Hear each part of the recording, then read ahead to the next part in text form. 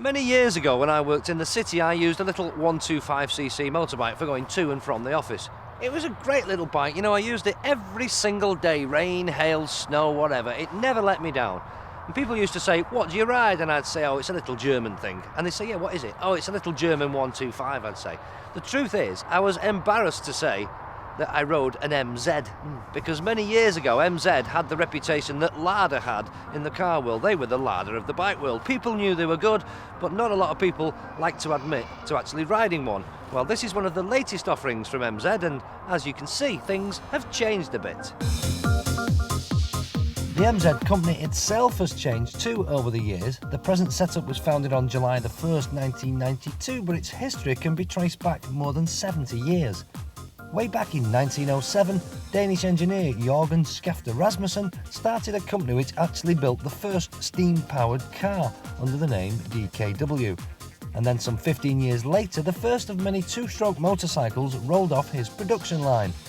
In 1932, DKW joined forces with three other companies, Audi, Horch and Wanderer, to form the Auto Union, which had a trademark of 4 rings to symbolise the merging of the 4 groups. And you'll still see that today on Audi cars. In 1945, DKW was dismantled by the Soviet Army, and then in 1956 it was rebuilt and renamed MZ. And in 1983, total output actually passed the 2 million motorcycle mark. In 1992, a private investor was found, and the present company, MZ GmbH, was formed.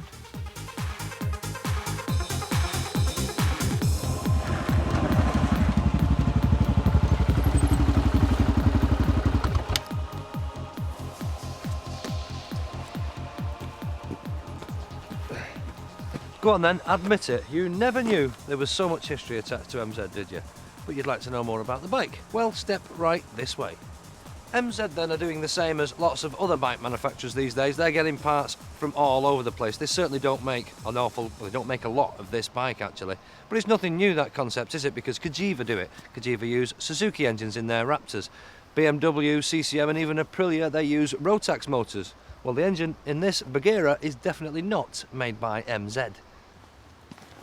In fact, it's actually made by Yamaha. Yes, this is a single-cylinder Yamaha motor, or an Einzylinder if you want the German version. It says MZ down here on the side casing there, but take no notice of that. That's what they call badge engineering these days. This is most definitely a Yamaha engine. Single-cylinder, 660cc, 5-valve motor. It's the same motor that Yamaha use in their XTZ Tenere, their big sort of trail bike, so it most definitely is not German.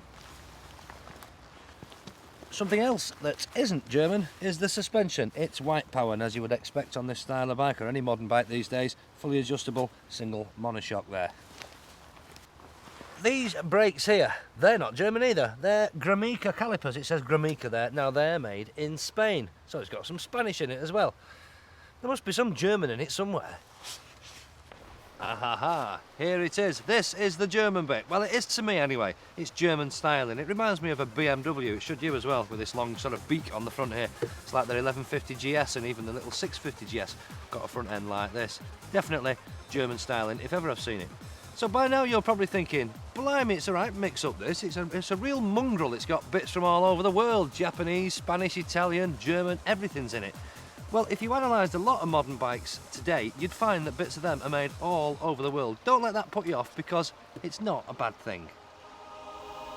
The Baghira Street Moto is available in 2 sizes, or should I say 2 heights. But where some manufacturers just simply cut down the seat to lower the bike, MZ actually make 2 different sizes of frame. This particular one is the short version.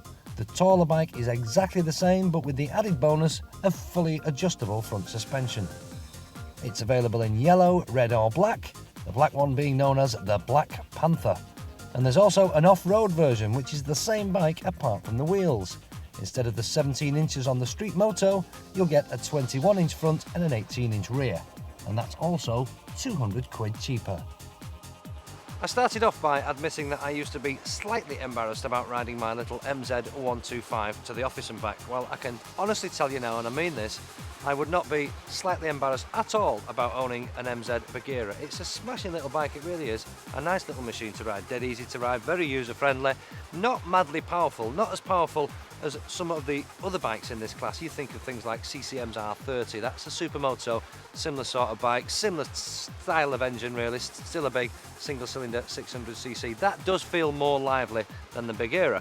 But the big thing in MZ's favour is the price, because this, on the road this is now, you can put this on the road for £3,995, which is £1,500 cheaper than a CCM. And there's nothing at all embarrassing about that.